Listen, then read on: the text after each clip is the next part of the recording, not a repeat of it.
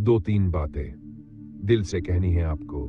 सुना होगा आपने बहुत सी कहानियां, बहुत से चैनलों पर डर का नाम लेकर किस्से सुनाए जाते हैं, लेकिन वो सब बस सुनने भर के होते हैं। असली दर्द, असली खौफ, आपकी रूह तक उतर जाने वाला डर सिर्फ भूत की कहानी 33 नूर आलम के साथ पर ही मिलता है। ये वो जगह है जहां कहानियां आपकी सांसें रोक देती है, दिल की धड़कनें तेज कर देती है और रात को नींद छीन लेती है। अगर आपको यहां मजा नहीं आया, डर महसूस नहीं हुआ, तो इस चैनल का नाम आप खुद बदल दीजिएगा, क्योंकि ये चैनल वादा करता है कि ऐसी कहानियां आपको कहीं और नहीं मिलेंगी। हर नए वीडियो के साथ एक नया जख्म, एक नया खौफ आपकी रूह को छू कर जाएगा। तो जल्दी से चैनल को सब्सक्राइब कर दीजिए ताकि जब भी नया वीडियो आएगा वह अपने आप आपके पास पहुंच जाएगा। और अगर दिल की धड़कनें तेज हुई, डर ने वाकई मजा दिया, तो लाइक दबाकर हमें बताइए, क्योंकि बुक की कहानी 33 नूर आलम के साथ पर डर कभी खत्म नहीं होता। अब तैयार हो जाइए और कहानी के अगले अंधेरे मोड़ की ओर। बहुत पुराने जमाने की बात है। एक गांव था जिसके चारों तरफ ऊंचे ऊंचे पेड़ और घना जंगल फैला हुआ था। गांव के बाहर एक टूटा फूटा किला खड़ा था जो बरसों से वीरान पड़ा था। लोग कहते थे उस किले में जिन रहते हैं, कोई कहता सब जिन बुरे हैं, कोई कहता कि उनमें से कुछ जिन बहुत नेक भी है जो सिर्फ मदद करते हैं। मगर सच्चाई क्या थी, ये कोई नहीं जानता था। गांव के लोग उस किले के पास दिन में भी नहीं जाते थे, क्योंकि वहां से अजीब अजीब आवाजें आती थी, जैसे कोई रो रहा हो, कोई हंस रहा हो, कोई फुसफुसा रहा हो। कई बार लोगों ने देखा कि रात के अंधेरे में किले की टूटी खिड़कियों से लाल लाल आंखें चमकती है, कभी सफेद धुआं उठता है और कभी औरत की हंसी सुनाई देती है। सब लोग डरते थे और बच्चों को भी सख्ती से मना करते थे कि उधर मत जाना। लेकिन इस गांव में एक परिवार नया नया आकर बसा था। उस परिवार में रहमान नाम का आदमी था, उसकी पत्नी आयशा और दो छोटे बच्चे।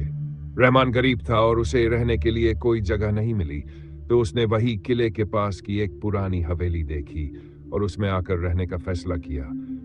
गांव वालों ने लाख मना किया कि भाई उस जगह पर जिन रहते हैं, बुरे भी और अच्छे भी, मगर रहमान ने उनकी बात को मजाक समझ लिया। बोला, भाई जिन होते हैं तो सबको दिखते क्यों नहीं, हम भी तो देखेंगे, डरना कैसा। और वह अपने परिवार को लेकर उसी हवेली में बस गया। पहली रात तो सब कुछ शांत रहा, मगर आधी रात को अचानक दरवाजा जोर से बजने लगा। रहमान उठा और बाहर देखा तो कोई नहीं था, मगर हवेली के आंगन में काली परछाइयां घूम रही थी, जैसे धुआं इधर उधर हिल रहा हो। उसने डर के मारे दरवाजा बंद कर लिया। अगले दिन बच्चों ने कहा कि रात में एक लंबे कद का आदमी खिड़की से झांक रहा था, जिसकी आंखें लाल थीं। रहमान ने बच्चों को डांट दिया कि तुम लोग सपना देख रहे हो। दिन गुजरते गए और अजीब घटनाएं बढ़ती गई। कभी बर्तन अपने आप गिर जाते, कभी दरवाजे अपने आप खुल बंद होने लगते। आयशा ने एक दिन देखा कि रसोई में चूल्हा अपने आप जल गया। जब वह घबराकर पीछे हटी तो धुएं से एक चेहरा उभरा, एक बूढ़ा सा चेहरा, जिसने बहुत धीमी आवाज में कहा, डरो मत, मैं तुम्हें बचाने आया हूं। आयशा कांप गई, मगर उस जिन ने कुछ नहीं किया। धीरे धीरे धुआं गायब हो गया। उसी रात रहमान को सपना आया जिसमें एक जिन उसके सामने खड़ा था। उसका कद बहुत बड़ा था, आंखें अंगारे जैसी जल रही थी। उसने गुर्राते हुए कहा, यह जगह हमारी है, निकल जा यहां से, वरना तुम्हें और तुम्हारे बच्चों को जिंदा नहीं छोड़ेंगे। रहमान पसीने पसीने होकर उठ बैठा, उसकी सांसें तेज चल रही थी। उसने देखा कि सपना नहीं बल्कि सचमुच कमरे के कोने में वही काला जिन खड़ा था और उसकी हंसी हवेली में गूंज रही थी। तभी अचानक पीछे से हल्की रोशनी फैली और धुएं से दूसरा जिन प्रकट हुआ जो सफेद कपड़ों में था।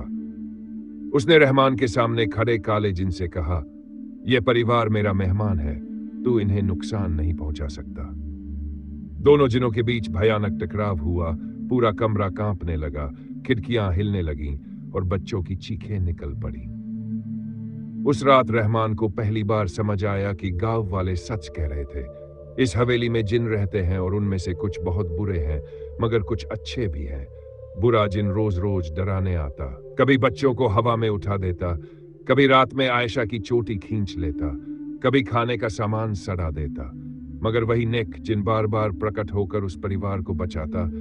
कभी बच्चे हवा में लटकते तो वह उन्हें धीरे से नीचे उतार देता, कभी आयशा के पास खड़ा होकर उसे सुकून देता। गांव में अफवाह फैल गई कि रहमान का परिवार अब हवेली में जिनों के बीच रह रहा है। कुछ लोग कहते ये परिवार बच नहीं पाएगा, कुछ कहते शायद ये परिवार सौभाग्यशाली है जिसे अच्छे जिन की रहमत मिल गई है। दिन बीते गए, रहमान ने कई बार हवेली छोड़ने की कोशिश की, मगर हर बार उसे अच्छे जिन ने सपने में आकर कहा, तू मत भाग, यहां रह, मैं तेरा रखवाला हूं। लेकिन बुरा जिन भी चैन से नहीं बैठा, उसने धीरे धीरे अपनी ताकत बढ़ाई। एक रात तो उसने रहमान पर सीधा हमला कर दिया, उसकी गर्दन दबाने लगा। रहमान तड़प रहा था। तभी सफेद जिन ने आकर उस काले जिन को पीछे धकेला और दोनों आसमान में उठकर बिट गए। बिजली कड़कने लगी, हवेली की दीवारें हिलने लगी और पूरा गांव डर के मारे जाग उठा। सब लोग हवेली की तरफ भागे। गांव वालों ने पहली बार अपनी आंखों से जिनों की लड़ाई देखी। एक तरफ आग के गोले थे, दूसरी तरफ सफेद धुआं। एक तरफ चीखें थी, दूसरी तरफ शांति की गूंज। ये मंजर देखकर सबके रोंगटे खड़े हो गए। घंटों तक ये जंग चलती रही। अंत में सफेद जिन ने गांव के मंदिर की घंटी बजवाई।